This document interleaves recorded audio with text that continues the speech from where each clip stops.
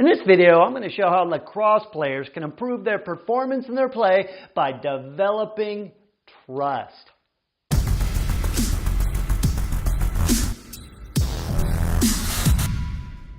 Bill is a midfielder on his high school lacrosse team. Ever since he was introduced to it at the age of 10, he's been totally enthralled with mastering the sport. He actually enjoys the drills and the practices that his teammates sometimes find boring. He loves working out and conditioning himself to improve his stamina, as he knows it makes him a better player. Bill's coach taught him early that lacrosse players need to be constantly moving in order to be effective on the field, right? You know that as a player. But most of all, he's fascinated with the strategies in lacrosse. He reads books and soaks up his coach's advice, and he's totally into it as a student of the game. His dad played lacrosse in college, and he's also been a huge influence on his development. Unfortunately, there's a downside to all this for Bill. He tends to overthink and underreact in games, which sometimes puts him a step behind his opponents. Sounding familiar? His dad and coach can see the hesitation, especially when he gets tied up with the ball. His dad says he gets that deer in the headlights look.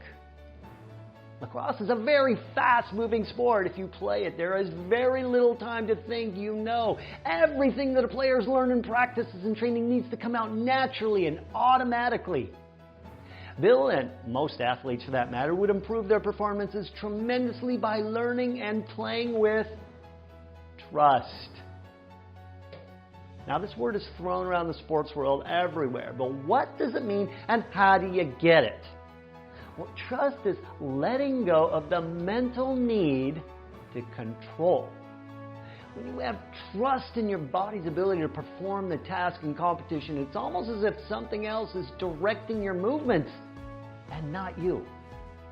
For athletes with a need to control issue, this is scary, but it is essential to being able to play in that flow state.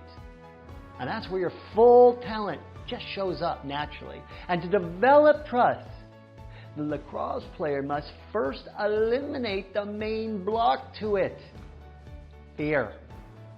So how do you do that? I teach a process to all my athletes where the athlete embraces all emotions, especially including fear, understands that all of them are good and even necessary for our life. And when you truly welcome and embrace your emotions, even the difficult ones like embarrassment and disappointment that come from failures, then you don't fear them. In the short version, overcoming fear, there's only two things to fear in this world. I've been preaching it everywhere. One, physical harm to the body. And two, emotions. There's nothing else. Let go of the fear of emotions and you're basically fearless. Now, trust can emerge. And then the quickest way to build self-trust is to recognize that you already do it in many other areas of your life. And you can practice transferring it over to the field. Think about riding a bike, for instance. Do you get on the bike and start thinking about how to pump your legs and move your arms to steer? No, of course not. You trust that once you get on your bike, your body will get you where you want to go. If you drive a car, it's the same thing. Can you connect to that trusting feeling or idea right now in something you do all the time automatically? Brushing your teeth even? How about the trust you have that the sun will come up tomorrow and create a new day? Can you notice the difference in feeling now just thinking about that idea? Can you bring that to the field? Every time you make a successful move, a pass, a defense, or even a score, think about how trust was a big factor in that and know that you can grow it. Being aware of it is a big first step. And I taught all of this to Bill. He completely turned his game around. His knowledge of the game then became an asset, and he used the trust he discovered to become the team's most improved player. Instead of thinking about it when a pass came to him, his body now automatically moved towards it. He started making better decisions as to who to pass it to.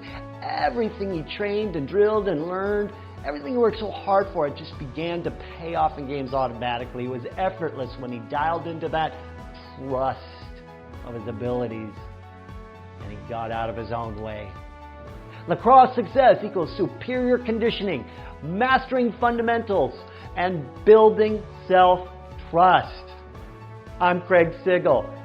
Subscribe to my channel for more powerful tools and techniques and strategies just like this to get better at your sport. Let's do this.